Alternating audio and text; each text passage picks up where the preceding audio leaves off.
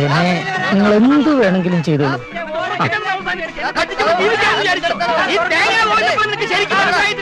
നിന്റെ അച്ഛൻ രാമുണ്ണി എന്നെ പറ്റി ജീവിക്കാൻ വിചാരിച്ചല്ലേ? ആ മാനം മര്യാദ ജീവിക്കും. ഞാൻ എന്ത് പാവം ചെയ്തു?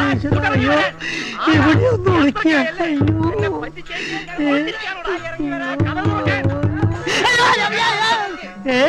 ഇത് ഞാൻ പറ്റിയാ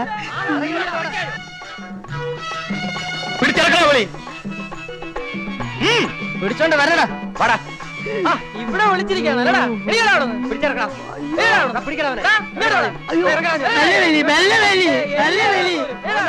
അയ്യോ, എനിക്ക് അവളെ കെട്ടണ്ട. അയ്യോ, എനിക്ക് അവളെ ഇടിച്ചവന്റെ ഷേപ്പ് മാറ്റടാ. അവന്റെ അച്ഛനൊരു രാമുണ്ണി, അമ്മ ഒരു ഭൂലോകരമ്പ രേവതി. ആ കൊട് കൊട്.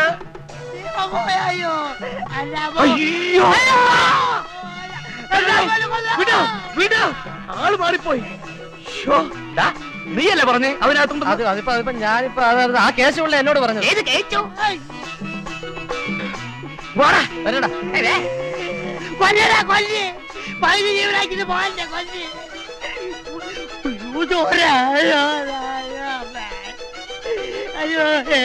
അയ്യരെ, ഇവിടെ കണ്ടാലേ തലക്ക് ലൂസാണെന്ന് തോന്നുന്ന പാർട്ടി വല്ലേരും ഇവിടെ താമസമുണ്ടോ? അയ്യരെ വെറുതെ പോക്കരുതാൻ പറയരുത്. വേറെ വേലയും കൂലി ഇല്ലാത്തതുകൊണ്ട് ഞാനിവിടെ കാപ്പിയും ചായം കൊടുക്കാൻ നിൽക്കുന്നതേ ഉള്ളൂ.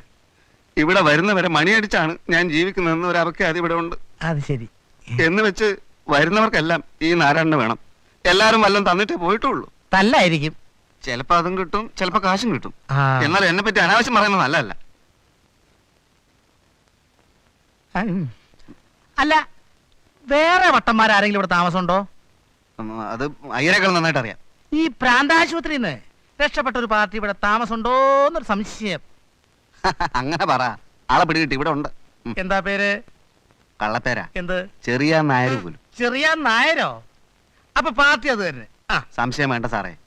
ആദ്യം കണ്ടപ്പോഴേ എനിക്ക് മനസ്സിലായി അയാൾക്ക് വട്ടാണെന്ന്. ആ കള്ള നോട്ടവും വിഡ്ഢിയ മോന്തയും. ആരെങ്കിലും അടുത്ത് ചെന്നാൽ ഉടനെ എന്നെ കൊല്ലുന്നേ എന്നുള്ളൊരു നിലവിളി. 101% സാറ് പറയുന്ന പാർട്ടി ഇത് തന്നെ. ഒന്ന് കാണണല്ലോ. മുറി ഏതാണ്? ഞാൻ കാണിച്ചുതരാം.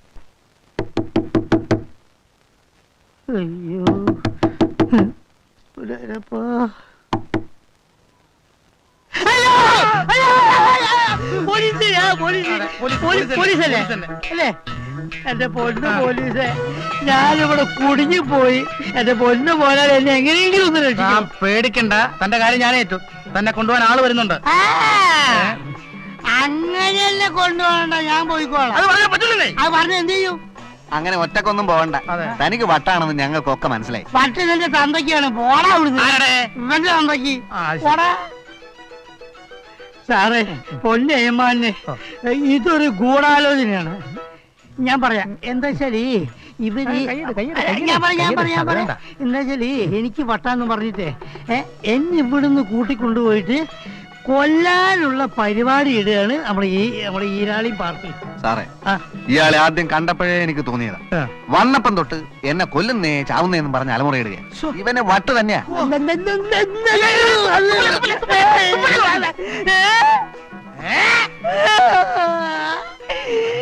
ഇതുങ്ങളെല്ലാരും കൂടി ചേർന്നിട്ടുള്ള കൂടാലോചനയാണ്.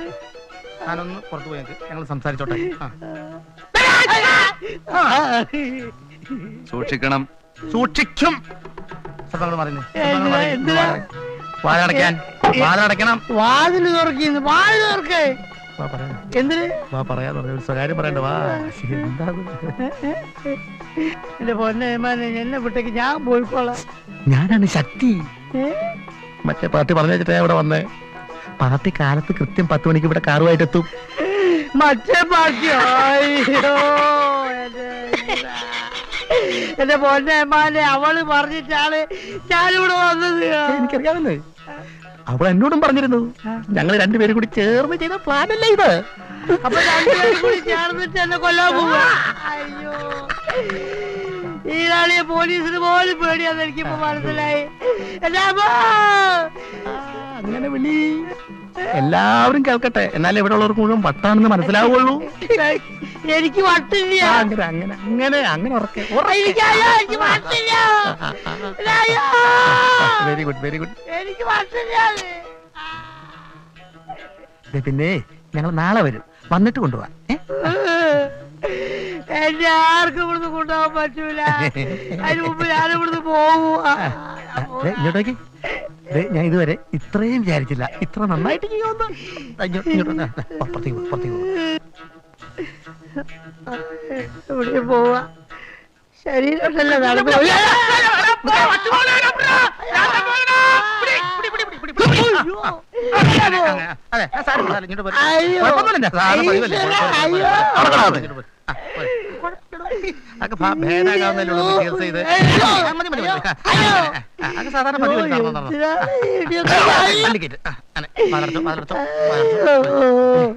സൂക്ഷിച്ചോളാം. നാളെ കാലത്ത് ഇവനെ കൊണ്ടുപോകാനായിട്ട് ഇവന്റെ ചേച്ചി ഇവിടെ വരും. അതുവരെയുള്ള എല്ലാ ചെലവും നിങ്ങളെടുത്തോളണം. ഇവനെങ്ങാൻ പുറത്തു പോയാൽ ഇട്ടിച്ച് ഞാൻ നാളെ ആള് വരുന്നതുവരെ ഇവന്റെ കാര്യം ഞാൻ ഏറ്റു. ഭ്രാന്തനെ കൊണ്ടുപോകാൻ ആള് വന്നിട്ടുണ്ട്. വേറെ കുഴപ്പമൊന്നും കാണിച്ചല്ലോ. ചെറിയ തോതിൽ കൂക്കിവിളിയൊക്കെ നടത്തി. ഞാൻ ഒലക്ക കൊണ്ട് തലക്കൊന്ന് കൊടുത്തു. പിന്നെ പ്രശ്നമൊന്നുമില്ല. അയ്യോ, ചത്തോ? ആ, അത്ര വേഗം ഒന്നും ചാവുന്ന പാർട്ടി അല്ല സാറേ അവൻ. അവനെ പിടിച്ചൊന്ന് വേഗം വണ്ടി കയറ്റണം. അതിന് നിങ്ങൾ എന്നെ ഒന്ന് ഹെൽപ്പണം. ഹെൽപ്പാ. പെട്ടെന്നാവണം. ഇനി നീ പുറത്തിറങ്ങുന്നത് എനിക്കൊന്ന് കാണണം. 10,000 രൂപ അകത്ത്. ഞാൻ പോവാ സ്വാമി. പോന്നു? അങ്ങനെ അങ്ങ് പോയാലോ? എനിക്കെല്ലാം മനസ്സിലായി. പത്രത്തിൽ പരസ്യം വന്നിട്ടുണ്ട്. കുഞ്ഞിനെ പിടിച്ച് തിരിച്ച് വീട്ടിലേപ്പിച്ചാ 10,000 രൂപ എനിക്ക് കിട്ടും. 10,000 രൂപ കളയല്ലേ കുഞ്ഞെ. അവിടെ നിൽക്ക്, അവിടെ നിൽക്ക. എന്നെ പിടിച്ച് വണ്ടി കയറ്റും. ഉപദ്രവിക്കോ? അല്ല, നമ്മൾ രണ്ടുപേരും കൂടി എവിടെ? അയ്യോ, കാണാനില്ലല്ലോ.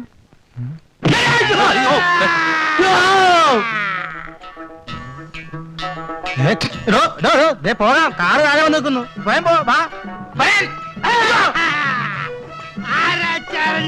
എന്നെയാണോ? എന്നെ കൊല്ലാൻ കൊണ്ടുപോകാൻ വന്നിരിക്കുകയാണല്ലേ? പുല്ലാണ് പുല്ലാണ്, നീലാണ് പുല്ലാണ്.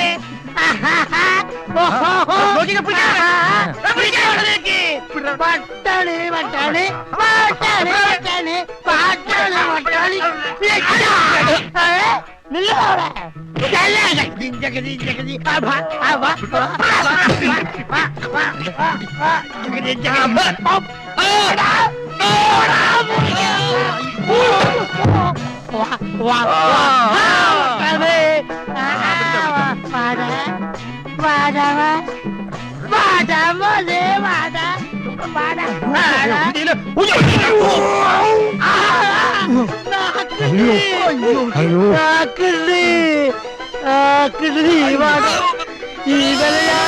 പിടിച്ച് താഴേക്ക്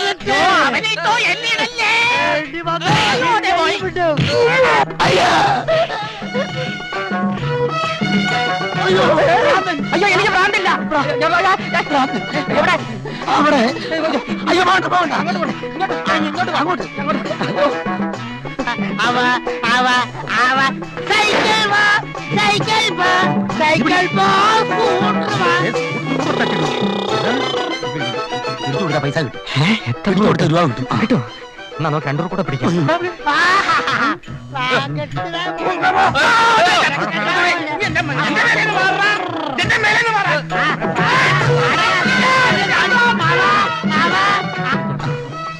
അയ്യോ മല്ലികേ, നമുക്കൊരു അബദ്ധം പറ്റി. ഭ്രാന്ത് ഹരിക്കല്ല, വേറൊരുത്തനാ. അവൻ അട്ടുമൂത്തിറങ്ങി ഓടി.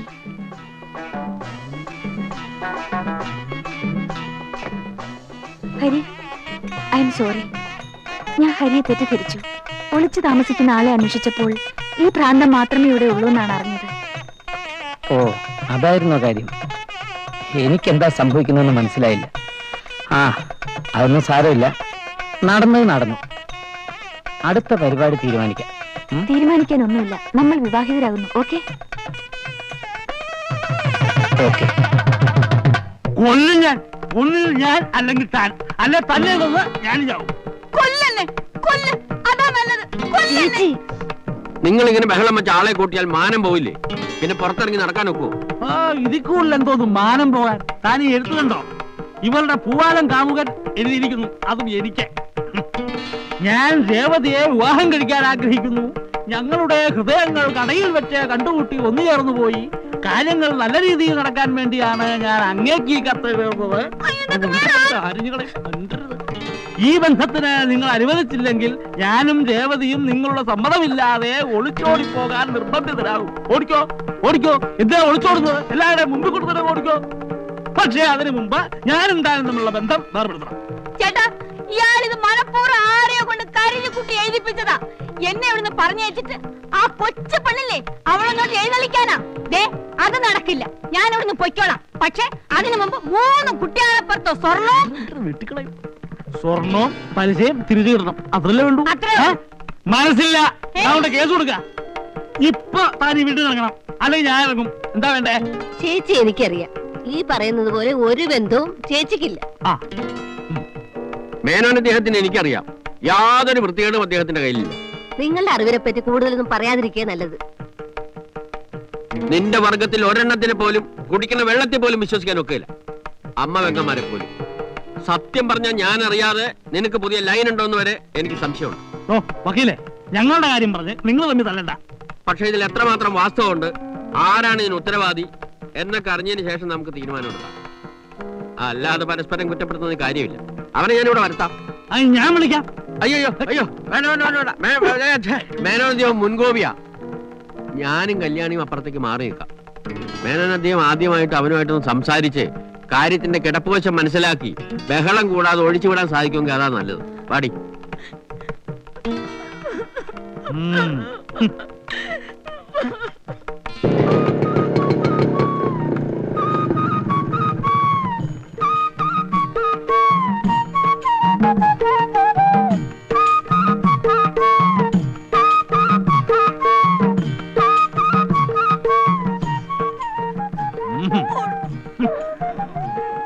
ആ, നമസ്കാരം. താനാണോ എഴുത്തത്? ഏതെഴുത്ത്? ഞാൻ രേവതിയെ വിവാഹം കഴിക്കാൻ അതെ അതെ. ആലോചിച്ചിട്ട് തന്നെയാണോ ചെയ്തത്? ഞാൻ രേവതിയെ പ്രേമിക്കുന്നു, രേവതി എന്നെയും. ജഗൻപിള്ളേ, വക്കീലേ. എടാ തന്തയ്ക്ക് എനിക്കത്ത നീയോ? യോ അച്ഛൻ. ഓ, അപ്പൊ ഇത് തന്റെ സദ്ധതയാണല്ലേ? ചുമ്മാതല്ല പിടിച്ചു പോയത്. ആമ്പിള്ളേരായാൽ ഈ പ്രായത്തിൽ കുറച്ച് കുശലിത്തരങ്ങളൊക്കെ ഉണ്ടാവും. പെണ്ണുങ്ങളെയാണ് നിലയ്ക്ക് നിർത്തേണ്ടത്. അനാവശ്യം പറയരുത്. സത്യം പറയുമ്പോ ആർക്കും ഇഷ്ടപ്പെടില്ല. പിന്നെ വയസ്സുകാലത്ത് മേനോൻ അദ്ദേഹം ചെയ്ത അത്രയും കുശലിത്തരം എന്റെ മോന്റെ മക്കളില്ല. എടാ ചെറുക്ക, സത്യം പറയണം. ഞാൻ നിന്നെ പ്രേമിക്കുന്നു പറഞ്ഞോ? അയ്യോ ഇല്ല. പിന്നെ ഞാൻ പറഞ്ഞത് മേനോൻ അദ്ദേഹത്തിന്റെ മകൾ രേവതി ഞാനും തമ്മിൽ സ്നേഹമാണെന്നാ. എന്റെ മകള് രേവതിയോ? അതേത് മകളാ? എന്റെ കടയിൽ ജോലി ചെയ്യുന്ന നിങ്ങളുടെ മകൾ രേവതി.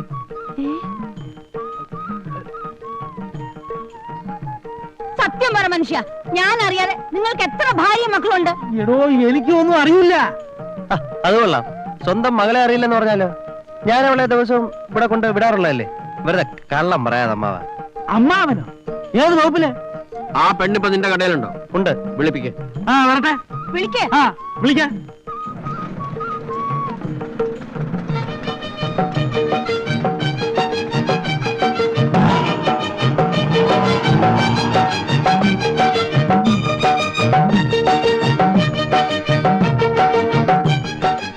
ഇതാ, ഇത് നിങ്ങളുടെ മകളല്ലെന്ന് പറയാം. ആഹാ, എന്റെ ഉദ്ദേശത്തിൽ അല്പം തെറ്റുപറ്റിയെന്നേ ഉള്ളൂ. അച്ഛനും മകനും തമ്മിലുള്ള കൂടിക്കാഴ്ചയായിരുന്നു അല്ലേ? എനിക്ക് കുട്ടി, ഞാൻ കുട്ടിയുടെ തന്തയാണെന്ന് കുട്ടി അവകാശപ്പെടുന്നുണ്ടോ? ഇല്ല. അയ്യോ, പിന്നെ മകളാണെന്ന് പറഞ്ഞോ? നിങ്ങൾ എല്ലാരും എന്നോട് ക്ഷമിക്കൂ. എന്നെ ശിക്ഷിക്കൂ. എന്ത് വേണേലും ചെയ്യാം.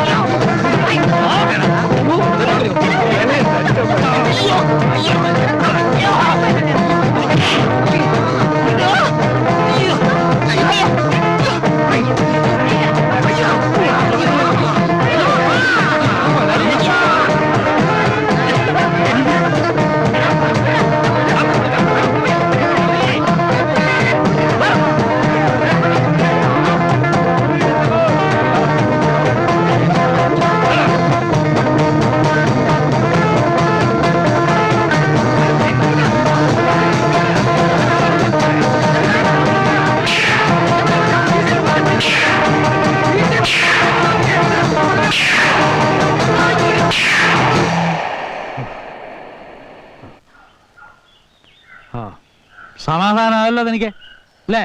ഇനി നമ്മൾ തമ്മിൽ ഒന്നിച്ച് പോവില്ല. തനിക്ക് എപ്പോഴും എന്നെ സംശയ. നിങ്ങൾക്കും. അതാ പറഞ്ഞത്, തീർന്നു ബന്ധം. എന്നെ എന്റെ വീട്ടിൽ കൊണ്ടു വിട്ടു. തന്നെയാ ചെയ്യാൻ പോകുന്നത്. നടക്കേ.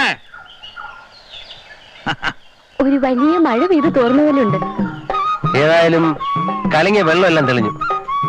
രാമുണ്ണി മേനോന്റെ മകളാണ് എന്ന് ധരിച്ചാണ് ഞാൻ പ്രേമിച്ചെങ്കിലും ഇത്രയൊക്കെ നടന്ന സ്ഥിതിക്ക് കഴിഞ്ഞതൊക്കെ മറന്നാളെ. എന്നായാലും ഒരു പെണ്ണെ വലിച്ച് തലേ കെട്ടണം. എന്നാ പിന്നെ രേവതി തന്നെ എന്റെ തലയിലോട്ട് കയറിക്കുന്നു. ഗോപു പറയുന്നു ഗോപുവിനെ വിവാഹം കഴിക്കണമെന്ന്. ശ്യാമു അത് തന്നെയാണ് പറയുന്നത്. ഇത്രയും കാലം ഞാനും ശ്യാമുവും ഭാര്യയും ഭർത്താവുമായി അഭിനയിച്ചുകൊണ്ടിരുന്നു. ആ ഒരു കൺസിഡറേഷനെങ്കിലും ഞാൻ ശ്യാമിനോട് കാണിക്കണ്ടേ? അപ്പൊ രണ്ടുപേരെയും ഒരുമിച്ചാവാന്നാണോ? ഇവിടെ ഈ യുദ്ധം നടന്നതിനിടയിൽ ഞാനൊരു കാര്യം ഒപ്പിച്ചു. എന്താ അത്? ഒരു നറുക്കെടുപ്പ്. നിങ്ങളുടെ രണ്ടുപേരുടെയും പേര് ഇതിലുണ്ട്. ഗോപു എടുക്കൂ. ആരുടെ പേര് വരുന്നോ അയാളെ ഞാൻ വിവാഹം ചെയ്യാം.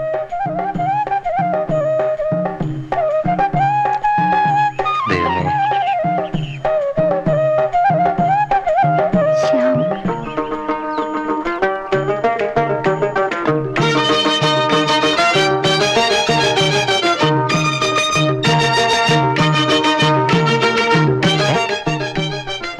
ശ്യാം, ശ്യാം, ഏയ്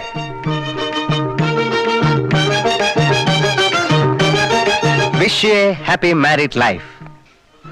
10-20 കൊല്ലം ഒന്നിച്ച് ജീവിച്ചു. ഇനിയിപ്പോ ഭാര്യ പിണങ്ങിപ്പോയെന്ന് വെച്ചിട്ട് ബ്രഹ്മചാരിയായിട്ടൊന്നും ജീവിക്കാൻ പറ്റില്ല. എവിടെങ്കിലും നല്ല കുടുംബത്തിൽ പറഞ്ഞൊരു പെണ്ണിനെ കണ്ടുപിടിച്ച് ഒരു കല്യാണം കഴിക്കണം. എനിക്കും അത്രയും പ്രായമൊന്നും ആയിട്ടില്ല. എവിടുന്നെങ്കിലും നല്ല കുടുംബത്തിൽ നിന്ന് ഒരു ചെറുക്കനെ കണ്ടുപിടിച്ച് ഒരു പുതിയ ജീവിതം ഒന്ന് ആരംഭിക്കണം.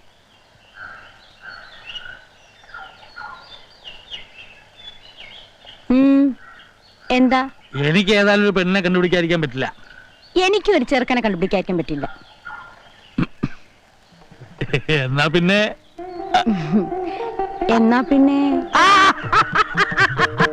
നമുക്ക് നമ്മുടെ നാട്ടിലേക്ക് പോവാൻ. കളി കഴിയാറായപ്പോഴെങ്കിലും തനിക്ക് നല്ല ബുദ്ധി ഉദിച്ചല്ലോ എന്റെ ശങ്കരമംഗലത്തെ രേവതി അമ്മേ.